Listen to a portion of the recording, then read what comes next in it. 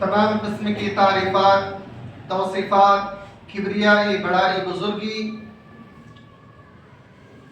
اس رب کائنات، خالق ارض و سما، مالک ارض الکل، جس کے ہاتھ میں تمام بادشاہی ہے، جو تمام حیوانات، ہر چرند پرند کا خالق و مالک ہے،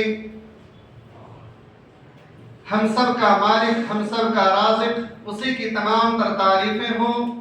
بعدہ لاکھوں کروڑوں درود و سلام ہو تمام انبیاء علیہم السلام پر، خصوصاً آخری نبی تاجدار مدنی جناب محمد اکرم صلی اللہ علیہ وسلم پر۔ اللہم صلی علی محمد وعلی آل محمد کما صلیت علی ابراہیم وعلی آل ابراہیم انکا حمید مجید۔ اللهم بارك على محمد وعلى آل محمد كما باركت على إبراهيم وعلى آل إبراهيم إنك حميد مجيد۔ محترم سامعین کرام، معزز بزرگوں، دوستوں، نوجوان ماں و بہنوں، آج کے اس خطبے میں ایک اہم موضوع پر گفتگو کرنے جا رہا ہوں۔ سورہ جاثیہ کے شروعاتی چند آیات میں اللہ رب العالمین نے چند چیزوں پر غور و فکر کرنے کے لیے کہا ہے۔ جب میں ان آیتوں کو تلاوت کر رہا تھا، سامنے ایک عجیب و غریب چیز آئی، تو سوچا کہ کیوں نہ ان باتوں کو آپ تمام سامعین کے سامنے رکھی جائیں اور اس سے استفادہ حاصل کیا جائے۔ سورۃ الجاثیہ کے شروعاتی چند آیتوں میں اللہ رب العالمین نے ایمان رکھنے والوں کے لیے، مومنین کے لیے خاص طور سے ذکر فرمایا کہ یہ زمین یا آسمان کے اندر بہت ساری ایسی چیزیں ہیں جو ایمان رکھنے والوں کے لیے نشانیاں ہیں، اور اس میں سب سے پہلی چیز جس کا ذکر اللہ رب العالمین نے کیا وہ انسان کی خود کی تخلیق کے اوپر ہے۔ قرآن کریم کے اندر میں نے جب تلاش کیا کہ آخر انسان کے اوپر ہی اللہ رب العالمین نے سب سے پہلے ذکر کرنے اور پتہ لگانے کے بارے میں کیوں بیان فرمایا کہ تمہارے خود کے اوپر بے شمار نشانیاں ہیں، تو کئی ساری باتیں کھل کر کے سامنے آئی، اور واقعی میں اس بات کو کہنے پر مجبور ہو گیا اور فوراً یہ بات کہہ بیٹھا کہ یقیناً یہ ساری چیزیں پیدا کرنے والا، چلانے والے کی اگر کوئی ذات ہے تو وہ صرف اللہ رب العالمین کی ذات ہے۔ اللہ رب العالمین کے سوا کسی اور ذات میں یہ طاقت ہو ہی نہیں سکتی۔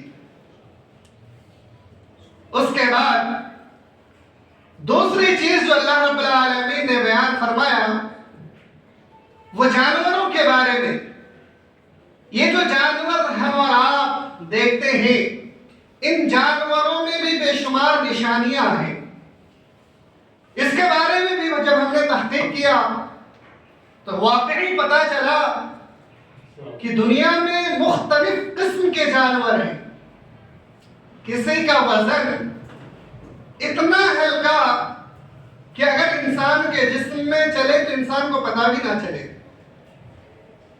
اللہ رب العالمین اس جانور کے جسم میں بھی روح پھونکا ہے، اس کو بھی چلنے پھرنے، سوچنے سمجھنے کی صلاحیتیں دی ہیں۔ معمولی سے کیڑا اور اس سے بڑا، کوئی 1 کنٹل کا، کوئی 2 کنٹل کا، کوئی 1 ٹن کا، کوئی 180 ٹن تک کا جانور اللہ رب العالمین نے پیدا فرمایا۔ سب سے بڑی حیرانی کی بات اس بات پہ ہوئی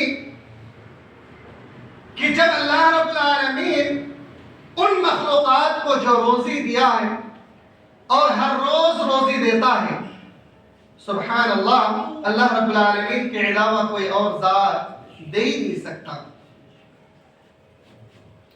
اس کے بعد تیسری چیز جس کے بارے صورت کے اندر ذکر فرمایا بنجر زمین کے بارے میں اور انسان کے قیامت کے انکار کرنے کے بارے میں۔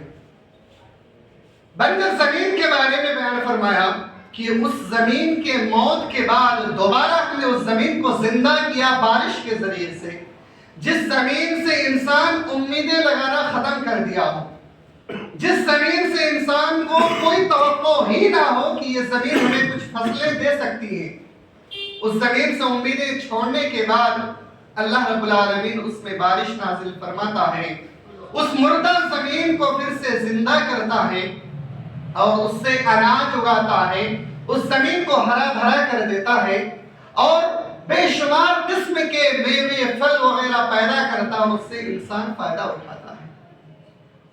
تیسری اور چوتھی چیز جو اللہ رب العالمین نے یہاں پر ذکر فرمایا وہ دن اور رات کے بدلنے کے بارے میں۔ دن اور رات، کبھی دن چھوٹا ہوتا ہے تو کبھی رات بڑی ہوتی ہے، کبھی راتیں بڑی ہوتی ہیں تو کبھی دن چھوٹا ہوتا ہے۔ اس پر بھی اللہ نے فرمایا کہ اس پر بھی غور و فکر کرو، بہت ساری نشانیاں اس پر بھی ہے کوئی مخلوق ایسا جو رات کو کبھی بڑا کر سکے، کبھی چھوٹی کر سکے، کبھی دن کو بڑا کر سکے، کبھی چھوٹا کر سکے؟ کوئی نہیں ہے سوائے اللہ رب العالمین کے۔ پانچویں چیز جو اللہ رب العالمین نے ذکر فرمایا وہ یہ ہواؤں کے بارے میں۔ یہ ہوائیں کیا چیز ہے؟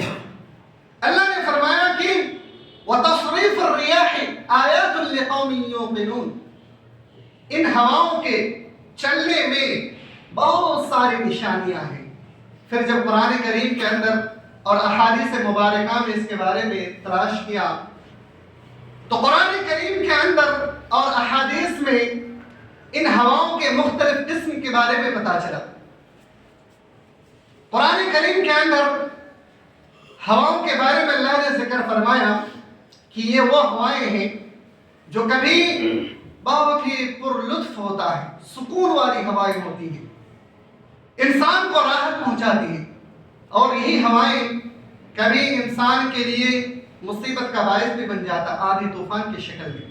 یہ ہوائیں کبھی پشچم سے چلتی ہیں تو کبھی پورب سے، کبھی اتر سے تو کبھی دکھن سے، کبھی یہ ہواؤں کا رفتار بہت تیز ہو جاتا ہے تو کبھی یہ ہواؤں کا رفتار بہت دھیمے ہو جاتا ہے، کبھی یہ ہوائیں اپنے ساتھ بارش کو لے کے آتی ہیں تو کبھی یہ ہوائیں گرم لو کو لے کے آتی ہیں، بے شمار چیزوں کے بارے میں ذکر کرنا، اور کبھی یہ ہوائیں ایک بیگ وقت چاروں طرف سے ایک ساتھ آتی ہیں اور جس جگہ آتی ہے اس جگہ کو اکھاڑ کر کے کھنڈر بنا کر رکھ دیتی ہے۔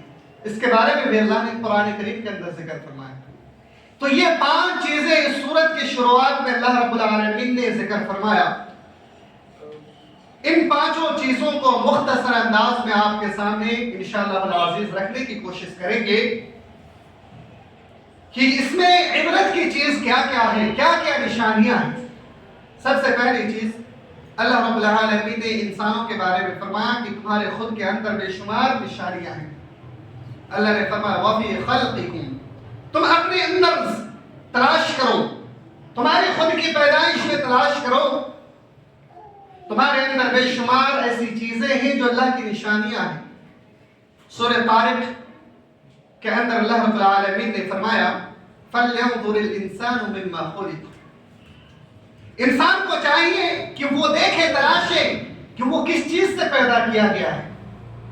انسان کی پیدائش کے بارے میں اللہ نے انسان کو غور و فکر کرنے کے لیے کہا کہ انسان اپنے آپ کے اندر دیکھے کہ وہ کس چیز سے پیدا کیا گیا۔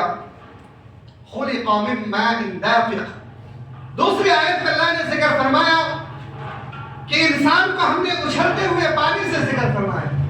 یہ کون سا پانی ہے، کس پانی کے بارے میں اللہ رب العالمین ذکر کر رہا ہے؟ سورۃ الحج کے اندر جب تلاش کیا گیا تو اللہ رب العالمین نے اس کے بارے میں پوری تفصیل سے ہر ایک الفاظ کو واضح کر کے رکھ دیا۔ اللہ رب العالمین نے انسانوں کی پیدائش اس اچھلتے ہوئے پانی سے جو کیا، وہ کون سا پانی ہے، کیسا پانی ہے، کہاں سے آیا ہے، اس کے بارے میں اللہ نے واضح طور پہ بیان فرما دیا، اور انسان کیسے کیسے پیدا کیا گیا ہے۔ اللہ رب العالمین نے سورۃ الحج کے اندر ارشاد فرمایا یا ایھا الناس ان کنتم فی ریب من البعث، اے لوگوں اگر تم دوبارہ مرنے کے بعد زندہ کیے جانے پر اگر تم شک و شبہ میں مبتلا ہو تو سن لو فإنا خلقناکم، ہم نے تمہیں پیدا کیا تھا سب سے پہلی دفعہ من نطفۃ، نطفے سے، نطفہ اس پانی کو کہا جاتا ہے جو پانی یخرج من بین الصلب والترائب، نطفہ اس پانی کو اللہ رب العالمین کہتے ہیں کہ جو ایک مرد اور ایک عورت کے ملاپ سے، مرد کے پیٹ سے اور عورت کے سینے سے پانی نکلا ہو جسے ہم منی کے نام سے جانتے ہیں، اس منی کو اللہ رب العالمین نے نطفے کا نام دیا کہ اس نطفے سے ہم نے انسان کی تخلیق کی شروعات کی۔ ثم من نطفۃ، ہم نے نطفے سے انسان کو پیدا کیا، اس نطفے کو جب ایک انسان مرد ایک عورت سے ملاپ کرتا ہے تو اس وقت وہ نطفہ رحم مادر میں جا کر کے 40 دن تک ٹھہرتا ہے، پھر یہی نطفہ اللہ رب العالمین 40 دن مزید ماں کے رحم میں رکھتا ہے، پھر وہ علقہ کی شکل میں تبدیل ہو جاتا ہے، یعنی ایک خون کا لوتھڑا بن جاتا ہے، خون کی شکل میں وہ تبدیل ہو جاتا ہے، اور پھر وہی خون مزید جب 40 دن ماں کے پیٹ میں اللہ رب العالمین رکھتا ہے تو وہی خون مضغہ کی شکل لے لیتا ہے، یعنی گوشت کا ایک لوتھڑا بن جاتا ہے۔ ایک پانی پہلے خون بنتا ہے 40 دن میں، مزید 40 دن جب خون بن کے رہتا ہے تو وہ گوشت کا لوتھڑا تیار ہو جاتا ہے، ابھی انسانی شکل و صورت تیار نہیں ہوئی۔ پھر اللہ رب العالمین نے فرمایا مخلقۃ وغیر مخلقہ، اللہ رب العالمین تمہیں اس صورت کا بنایا، وہ صورتیں دی جس کا کوئی نقشہ نہیں تھا، جس کی کوئی سوچ اور تدبیر ہی نہیں تھی کہ وہ انسان کیسے پیدا ہوگا، کس صورت کا ہوگا، کالا ہوگا، گورا ہوگا، اس کی ناکیں چپٹی ہوں گی، کان چھوٹا ہوگا، ہائٹ میں چھوٹے ہوں گے، بڑے ہوں گے، کیسے ہوں گے، وہ جانتا بھی نہیں تھا، شکل و صورت میں خوبصورت ہوگا یا بدصورت ہوگا، وہ کچھ بھی نہیں جانتا تھا، لیکن ایک اچھی صورت والا انسان اللہ رب العالمین نے 120 دن میں تیار کرتا ہے۔ جب 120 دن کے اندر وہ ماں کے پیٹ میں پلتا ہے، اللہ کے رسول صلی اللہ علیہ وسلم ارشاد فرماتے ہیں، صحیح بخاری کے اندر روایت ہے کہ اللہ رب العالمین 120 دن گزر جانے کے بعد ایک فرشتہ اس ماں کے پاس بھیجتا ہے اور 4 باتوں کو دے کر کے بھیجتا ہے۔ اس فرشتے کو حکم دیتا اللہ رب العالمین کہ جاؤ اس بچے کے لیے یہ 4 چیزیں لکھ دینا۔ وہ فرشتہ آتے ہیں اور آ کر کے اس کے لیے یہ 4 باتیں لکھ کر کے اس کے جسم میں روح کو پھونکتے ہیں اور چلے جاتے ہیں۔ وہ 4 باتیں کون کون سی ہیں؟ سب سے پہلی چیز، یہ انسان کتنا دن زندہ رہے گا، اس کی عمر کیا ہوگی، بچپنے میں انتقال ہو جائے گا، جوانی میں انتقال ہوگا یا بڑھاپے کی عمر تک یہ جائے گا، اس کے عمر کے بارے میں لکھ دیا جاتا ہے۔ دوسری چیز، انسان کے رزق کے بارے میں لکھ دیا جاتا ہے کہ اس کے مقدر میں کتنی رزق ہے اس کی پوری زندگی میں، وہ پوری رزق اس انسان کو ملنا ہے۔ تیسری چیز، اس کے عمل کے بارے میں، دنیا میں انسان کیا عمل کرے گا، چور ہوگا، اچھا نیک انسان ہوگا یا بڑا بادشاہ بنے گا، فقیر بنے گا، وہ کیا عمل کرے گا روزمرہ، اس عمل کے بارے میں اس کے بارے میں لکھ دیا جاتا ہے۔ چوتھی چیز، اس انسان کے جنتی یا جہنمی ہونے کے بارے میں بھی لکھ دیا جاتا ہے، یہ انسان جنتی ہوگا یا جہنمی، یہ بھی اس کے پیٹ میں جب وہ ہوتا ہے تو لکھ کر کے فرشتے اس کے جسم میں روح کو پھونک کر کے چلے جاتے ہیں۔ یہ کل 120 دن کے پروسیس جو ہوتا ہے اس میں لکھ کر کے چلے جاتے ہیں۔ واقعی اللہ رب العالمین کی کاریگری، اللہ رب العالمین کی تخلیق بڑی عجیب ہے۔ ایک پانی کو خون کی شکل میں تبدیل کرنا، اس خون کو پھر گوشت کی شکل میں تبدیل کرنا، پھر ایک اچھا صورت والا بنانا، پھر اس کے اندر روح کو پھونکنا، یقیناً اللہ رب العالمین ہی کی ذات ہے جو ایسا کر سکتا ہے، اس کے علاوہ کسی اور ذات میں یہ طاقت ہے ہی نہیں۔ اس کے بعد انسان کی پیدائش کے بارے میں مزید اللہ رب العالمین فرماتا ہے کہ چند دنوں کے بعد جب وہ بچہ 9 ماہ کا ہو جاتا ہے یا 9.5 ماہ 10 ماہ کا جب ہو جاتا ہے، اس بچے کی پیدائش ہوتی ہے، بچے کی صورت میں طفلہ، اس بچے کے اوپر جب وہ بچہ پیدا ہوتا ہے نہ تو وہ بولنا جانتا ہے، نہ سننا جانتا ہے، نہ کچھ دیکھنا سمجھنا جانتا، کچھ بھی نہیں ہوتا۔ اللہ رب العالمین اسے دیکھنے کی صلاحیتیں بھی دیتا ہے، سننے کی صلاحیتیں عطا کرتا ہے، بولنے کی صلاحیتیں عطا کرتا ہے، سمجھنے کی صلاحیتیں عطا کرتا ہے۔ یہ ساری چیزیں اس بچے کو اللہ رب العالمین عطا کرتا ہے۔ وہی بچہ جو پیدا ہونے سے پہلے جانتا بھی نہیں تھا، پیدا ہونے کے بعد سب سے پہلے اپنے ماں کو پہچان لیتا ہے۔ یہ پہچان بھی اللہ رب العالمین اسے بتلاتا ہے، اور اپنے ماں کے علاوہ کسی اور دوسری عورت کے پاس وہ جانا بھی پسند نہیں کرتا بچہ، کسی اور دوسری عورت کا دودھ پینا بھی وہ جلدی پسند نہیں کرتا۔ وہ بچہ اپنی ماں کا دودھ کو فوراً پسند کر لیتا ہے۔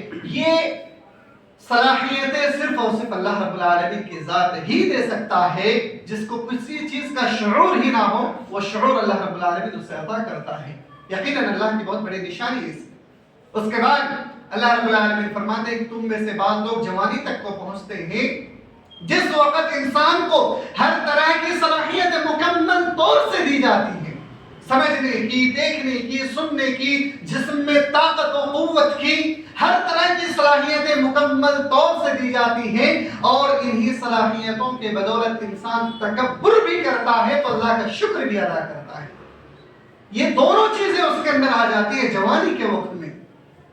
اور بعض لوگ ایسے بھی ہوتے ہیں کہ جوانی کی عمر تک پہنچتے پہنچتے انتقال بھی ہو جاتے ہیں، اور بعض لوگ پھر بڑھاپے کی عمر کو پہنچ جاتے ہیں۔ وَمِنْ أَرْضَ الْعُمُرِ، اور وہ انسان بڑھاپے کی عمر تک وہ پہنچ جاتا ہے، اور بڑھاپے کی عمر میں پھر سے وہی چیز اس کے اوپر لوٹ جاتی ہے۔ یعنی ایک چیز کے بارے میں اسے خبر ہونے کے بعد پھر سے بے خبر ہو جاتا ہے۔ کیا چیز ہے وہ؟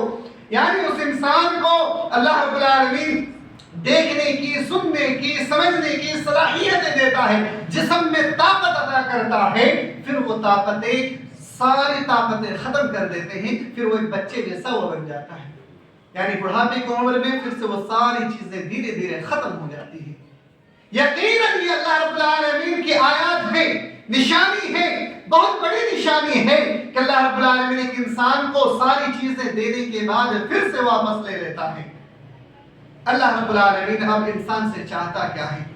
وَفِي خَلْقِكُمْ، یعنی انسان کی خود کی پیدائش کے بارے میں غور و فکر کریں تو ہم نے جب تحقیق کیا، پتہ لگایا تو یہ ساری چیزیں انسان کے تحقیق کے بارے میں کھل کر کے آئیں۔ اب انسان سے اللہ رب العالمین چاہتا کیا ہے؟ انسان سے اللہ رب العالمین چاہتا ہے کہ انسان وَمَا خَلَقْتُ الْجِنَّ وَالْإِنسَ إِلَّا لِيَعْبُدُونَ، اے انسان ہم نے تمہیں اپنی عبادت کے لیے پیدا کیا ہے تاکہ تم میری عبادت کرو اور کسی اور کی عبادت نہ کرو۔ انسانوں میں سے جو لوگ قیامت کا انکار کرتے ہیں کہ اللہ کی کوئی عبادت نہیں کرنی، ہمیں کسی اللہ نے پیدا نہیں کیا، ہم مرنے کے بعد دوبارہ زندہ نہیں کیے جائیں گے، اللہ نے فرمایا کہ اگر تمہیں شک و شبہ ہے کہ مرنے کے بعد دوبارہ زندہ نہیں کیے جاؤ گے تو سورہ بقرہ کی وہ آیتیں اٹھا کر کے دیکھ لو جس میں اللہ رب العالمین نے بنی اسرائیلیوں کے چند لوگوں کو جب اس بستی کے اندر کوئی وبا آئی تھی یا پھر جہاد کا اللہ نے حکم دیا تھا، وہ لوگ گاؤں چھوڑ کر کے بھاگ گئے تھے۔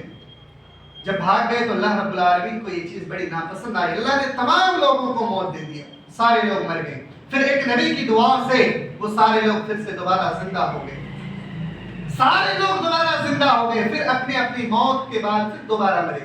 اور وہ لوگ مرنے کے فوراً بعد زندہ نہیں ہوئے تھے، مرنے کے بعد اس کے جسم کی سارے گوشت، کپڑے سارے کے سارے سڑ گل کر کے ختم ہو گئے تھے، ہڈیاں بھی بکھر گئی تھی۔ پھر اس نبی کی دعاؤں کے بدولت وہ لوگ دوبارہ پھر سے ان کی ہڈیاں جمع کی گئی، ان کے جسم میں گوشت لگایا گیا، دوبارہ وہ لوگ زندہ ہوئے، پھر اپنی اپنی موت میں وہ لوگ مارے گئے۔